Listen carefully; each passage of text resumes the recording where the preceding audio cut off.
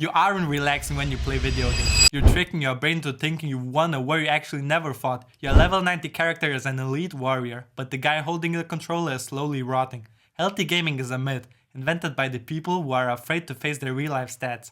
If you don't watch this video until the end, you're going to spend your most aggressive high testosterone years chasing digital trophies. I'm going to show you why even moderate gaming is draining the hunger you need to actually build the empire, and how to reclaim the energy to dominate the only game that actually matters, reality. A year ago I was a healthy gamer, 1 hour a day, maybe 2 on weekends. I told myself it was my stress relief, but I realized something weird. Whenever I achieved something in game, a hard boss kill or a rank up, or I tried to work or do something important, completely vanished for the next 48 hours. I realized my brain couldn't tell the difference between a virtual win and a real win. I was getting the same dopamine hit from a pixelated achievement as I would from closing a deal or hitting a PR in the gym. My gaming wasn't relaxing me, it was siphoning my ambition. I was using all my winning energy on a world that disappears when I flip a switch. I went cold turkey for 90 days and in that time, everything else got better.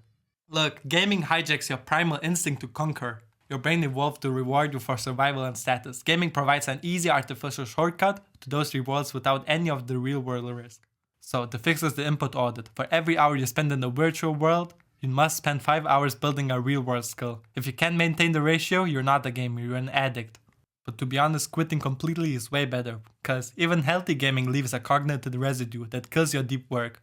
So the problem is, your mind stays occupied with the meta strategies, patches and rankings even when you're not playing. You're wasting CPU power of your brain on trash.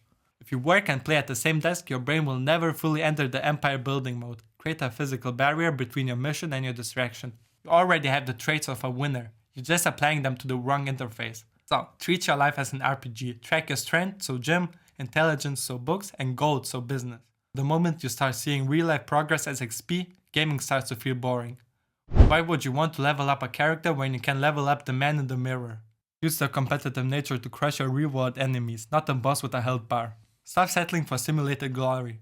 The world is waiting for you to log on into reality and start making moves. You have the discipline, you just need to point it at the right target. Be the guy people play characters of, not the guy playing the characters. But listen, once you leave the screen and start leveling up in the real world, you're going to be in a room with winners. And in those rooms, you can't just look like you have high stats, you have to project them. If you show with the level 100 mind but you smell like you've been in the basement for 12 hours, that door will close before you even speak. So click here to watch my video on how to smell like a high status man, because in the real world, your presence is the ultimate gear. Stay dangerous.